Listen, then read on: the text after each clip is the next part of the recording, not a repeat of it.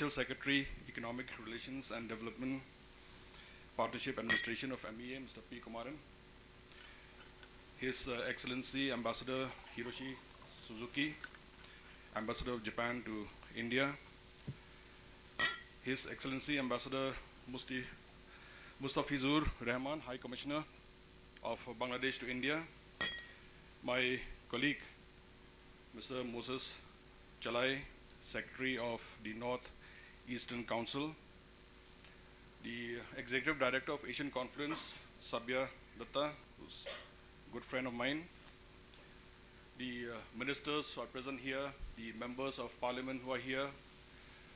I can see Madam Shakuntala Gamlin, former Secretary and Chief Secretary of Arunachal Pradesh, also is here. All the delegates who are present here, of course, Mr. R.O. Wahlang was former ambassador, is also here. Then all the delegates who are present from India as well as abroad.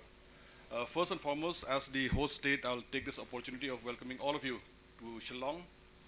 We are glad to host this conference in conjunction with Asian Conference, and I'm sure you're enjoying the hospitality of Sabya. He's now an expert in this. This is the 4th edition of the India-Japan Intellectual Conclave, and I'm sure that he's taking good care of all of you. Meghalaya is a happening place, and a lot of developments are happening all around the state, all around the districts, in fact, and I'm sure that you'll be taken around to various places of tourist interest also. So keeping the spirit of the conference, KIZUNA, although I have a prepared speech, I think so I'll forego that and speak straight from the heart to all of you. It'll make more sense, in fact. So starting with the state of Meghalaya, since Moses had already given a broad landscape of the Northeastern Council, I'll just talk about Meghalaya a bit. See, the GSDP of the state today stands at about 45,000 crores, the gross state domestic product. And the budget, which was passed last year, was about 21,000 crores. This year will be a little bit more, maybe 24, 25. It's to be finalized by next week. Now, the vision of the new government, which came in last year, that is the vision of our Honorable Chief Minister, Shri, is that by 2028, when we go back to the people, the size of the economy of the state should be at least 10 billion. I mean, that broad target has already been given to all of us and has already been shared with all concerned. 10 billion means approximately about 84,000 crores. Today we are standing at about 45,000 crores. So we're looking at an additional amount of about 40,000 crores to be pumped into the local economy of the state. It's a small state. For a big state, it's nothing, but for a small state like Meghalaya, it's a big challenge. Now, if you look at a gap, 45,000 vis-a-vis 85,000 crores, 40,000 crores in the next 4 years, it's going to be very, very challenging. And we have identified various sectors. For example, we are looking at connectivity. We are looking at tourism, which is one of the prime sectors in the state. We're looking at health, we're looking at education, we're looking at the IT and the ITES sector. These are the various sectors that we're looking for investments in the state. And we need these investments from domestic as well as international investors. And we are creating a conducive atmosphere in the state for all of this. Now, if you look at the Northeast, if you look at this whole region, you can see different dots at different places. And this is where we need to step in as a joint effort to connect all these dots. I look at Meghalaya, we'll see that these are the various investments that's needed. We look at Nagaland, we look at Mizoram, we look at Tripura, yes, the dots are there. We need to connect them. And I'm sure with this conclave, with the contribution of all, with the discussions and deliberations, we'll be able to make that connection. As far as challenges in the state is concerned, let us start first with the urban sector. In the urban sector, we have two major towns. One is Shillong and one is Tura. Starting with Tura. Tura is a tier 4 city as defined by the urban ministry government of India. It is one of the upcoming cities in the state, in the region. And The investments that is coming to Tura is actually quite phenomenal in its own way. We just inaugurated a huge state-of-the-art stadium over there where we had the Meghalaya Games, in which more than 3,000 participants took place. Her Excellency President came and inaugurated the games, and it was a huge success. We are opening up with a new medical college in Tura, which is coming in about, maybe we are looking at about 18 months from now. And then the College of Urban Planning and Architecture is going to be inaugurated in about a couple of months' time, before the Model Code of Conduct, hopefully. The Williamson Sangma State University is located in Tura. So huge investments have taken place. In fact, last Friday, we just got the sanction for 127 crores tech park to be located in Tura through PM Divine. So a lot of investments is coming into Tura. Now, why I'm stating this? I'm not saying that great things are happening. What I'm saying is that we need more investments, number one, and we need help. Help in what? To develop Tura into one of the most beautiful small towns in the country. It's a very well-planned city. We need urban planners. We need people who can design what a beautiful city is. We need people to design what a smart city is. That is what is the vision of the Chief Minister. And he had made it very, very clear during the Meghalaya Games when he had given his speech that Tura should be one of the most beautiful small cities in the country. So we need people who can come and invest. We need people who can come and advise us, whether it's in urban planning, whether it's in water management. Challenges are there, but the scope is also there, and we are waiting for help and assistance. Then come to Shillong. You're all here in Shillong. You've seen it. I don't have to explain what are the challenges. The biggest challenge in Shillong is urban planning. Urban planning is the biggest challenge over here. You look at the traffic, you look at the small congested roads, you look at the congestion that is happening over here, and that is the reason why we are shifting the administrative capital from Shillong to New Shillong. That will be about 20 kilometers away, and that is where we again will need a lot of planning to be done. And this planning can be done with partnerships. We need strategic partnerships to come talk to us how a city like Shillong can be developed into a better city. We are expanding it horizontally. It's going to touch, in fact, the Shillong city is going to touch all the way up to the airport, which is about 35 kilometers from here. We have taken land, and we have invested in land, and we are developing more land banks. So when land banks are there, in fact, just about maybe 3-4 days from now, we'll be floating an EOI for IT investments on a PPP mode in New Shillong. We have done the tech park phase 1. We have done the tech park phase 2 in New Shillong. The phase 3 tech park will be a PPP in which we are floating a bit in about 3 to 4 days time. So all these opportunities are available. Shillong is a place where a lot of people are tech savvy, a lot of people are working outside. If you look at the tech park in Shillong, the attrition rate is as good as nil, because they all come from Pune, they all come from Gurgaon, they all come from Bangalore, they come and work here, hometown, comfort zone, so nobody leaves. And that scope is still there. The phase 2 is going to be commissioned in December this year. That will be about 1.5 lakh square feet of space. The first phase was commissioned last year only. So this third phase will be a PPP project for New Shillong. So we have a lot of scope and in the urban sector, both in Shillong as well as Tura.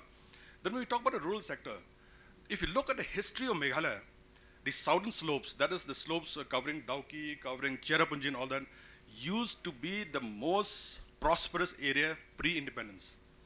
And then the border suddenly closed. And when the borders closed, from Bangladesh, people couldn't come anymore, and people from India couldn't trade, from the southern slopes couldn't trade anymore with Bangladesh freely. That was when they really hit rock bottom. Economically, it was a huge, huge dampener, and that is where we now, as policymakers, as investors, need to look at this point. The people from the southern slopes, they need to be empowered again. I'm happy that there are a lot of plans of developing new connectivity roads through Bangladesh to go all the way up to West Bengal. I hope that bears fruition soon. But for now, my request is that from Bangladesh, we have made this request to the government of India. It's still pending. I don't know what are the reasons for the pendency. But our request from the state government is that the border should open up a little bit in the sense that tourists from Bangladesh should be able to come to India with a visa on arrival at Dauki. That is what we want. There are 2-3 reasons why I'm saying that. I remember just last year in the month of September, I was in Singapore on a private visit, and I was walking in the promenade in Singapore, and I met some Bengali-speaking young boys actually. They're about maybe in the early 30s, late 20s. So I asked them, are you from West Bengal? Are you from India, West Bengal? They said, no, we are not from Bengal, we're not from India. We are from Bangladesh. About 6-7 of them, walking together, enjoying, singing with their Bengali songs. I said, you're from Bangladesh and all that. Acha. I said, how's the economy within Bangladesh? Oh, we are very happy, we're doing very well, and we are traveling to Singapore, which is one of the most expensive countries. So we are quite happy about it.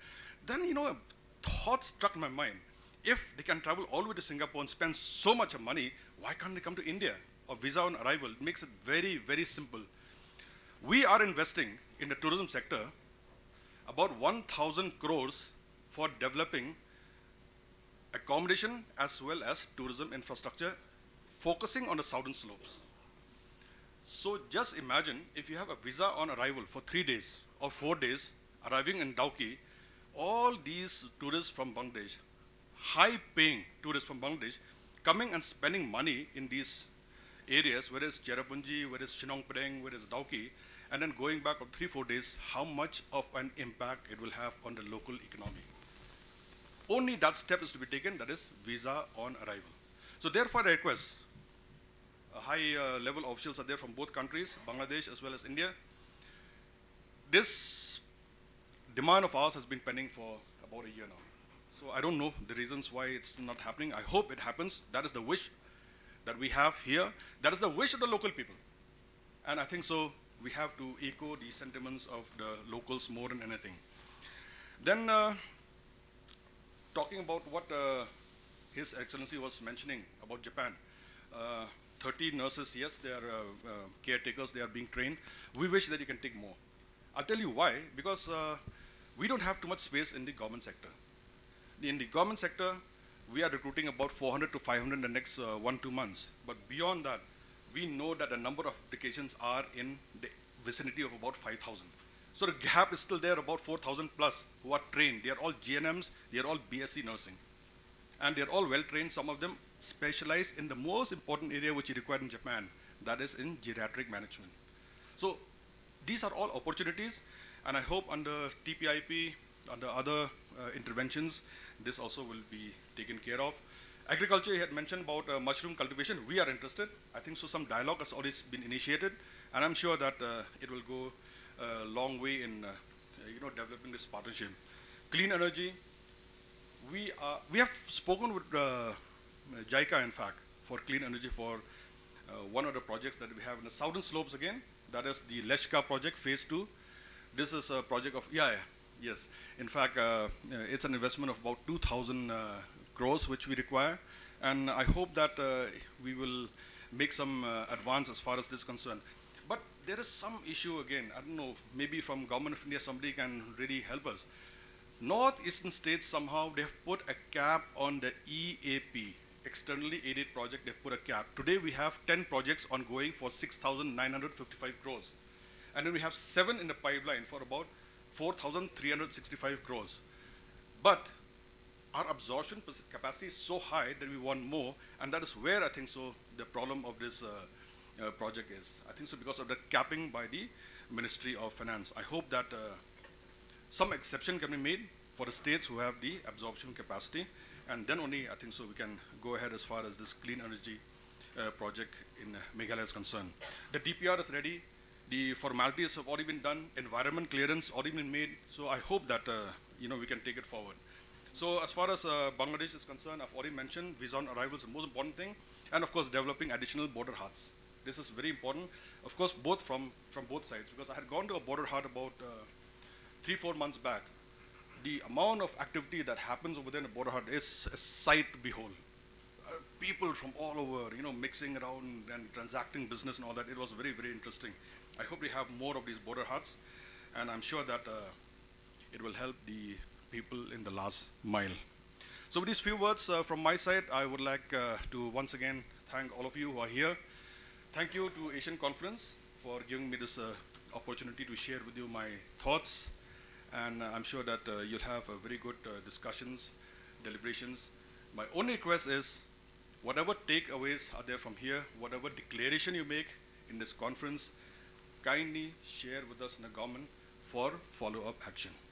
There is no point of discussing anything in any forum unless there is follow-up action. I'll end up with a quotation from Socrates, which says, I cannot teach anybody anything, I can only make them think. Thank you very much. Kublai Mitela.